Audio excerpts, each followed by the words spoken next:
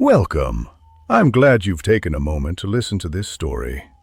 Little Red Riding Hood by the Brothers Grimm. Hello, I'm Richard Reeds. It's a pleasure to share this tale with you today. A story of curiosity, courage, and the lessons we learn when the path before us is full of surprises. As you listen, imagine the forest around you alive with sounds and shadows, where even the smallest steps can lead to great adventures.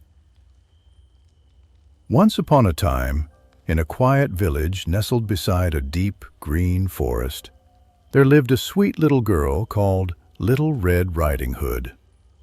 She earned her name from the bright red hooded cloak her grandmother had sewn for her, a cloak that was her favorite thing in the world. Little Red loved to visit her grandmother, who lived in a small cottage on the far side of the forest. One sunny morning, her mother packed a small basket with warm muffins, a jar of golden honey, and some fragrant herbal tea. "Take this to your grandmother," her mother said gently, "and stay on the path.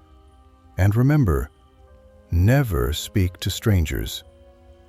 "I promise, Mama," Little Red replied, her eyes bright, and skipped off along the forest trail, her red cloak floating behind her like a banner. The winding path was alive with birdsong, and butterflies flitted at her sides. But hidden among the trees, a gray wolf watched her with keen, cunning eyes. Stepping out from behind a trunk, he greeted her with a smile. "Good morning, little one. Where are you off to with that lovely basket?" "To visit my grandmother," Little Red answered politely. "She's not feeling well, so I'm bringing her some treats." "Ah," said the wolf, pretending concern. "What a thoughtful girl you are. Wouldn't some fresh flowers cheer her even more? There's a meadow just ahead, full of the prettiest blossoms." Little Red glanced toward the sunny patch, full of wildflowers. "What a wonderful idea!" she exclaimed, and wandered off to gather a few. Meanwhile, the wolf darted silently to Grandma's cottage. He knocked on the door. "Come in," called Grandma from her bed. But when she saw the wolf, she gasped. In a flash, he locked her in the closet, and donning her cap and glasses, waited in her place. A little while later, Little Red arrived at the door.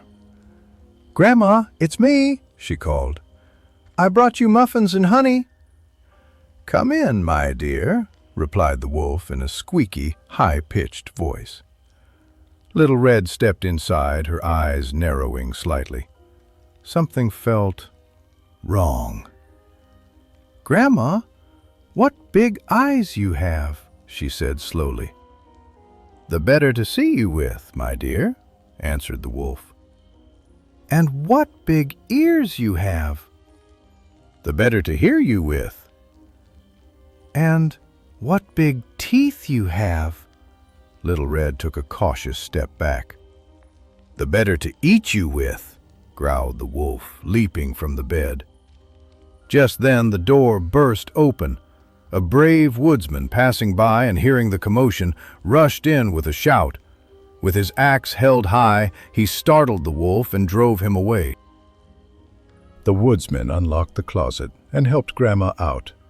She threw her arms around Little Red, relief flooding her face. From that day onward, Little Red Riding Hood never strayed from the path again, and she never spoke to strangers, no matter how kind or gentle they seemed. She offered the woodsman a warm muffin and a grateful smile, and she always remembered the lesson the forest had taught her. The end. Thank you for joining me on this little journey into the woods. Sometimes, even the smallest of us can face great danger and emerge wiser and braver.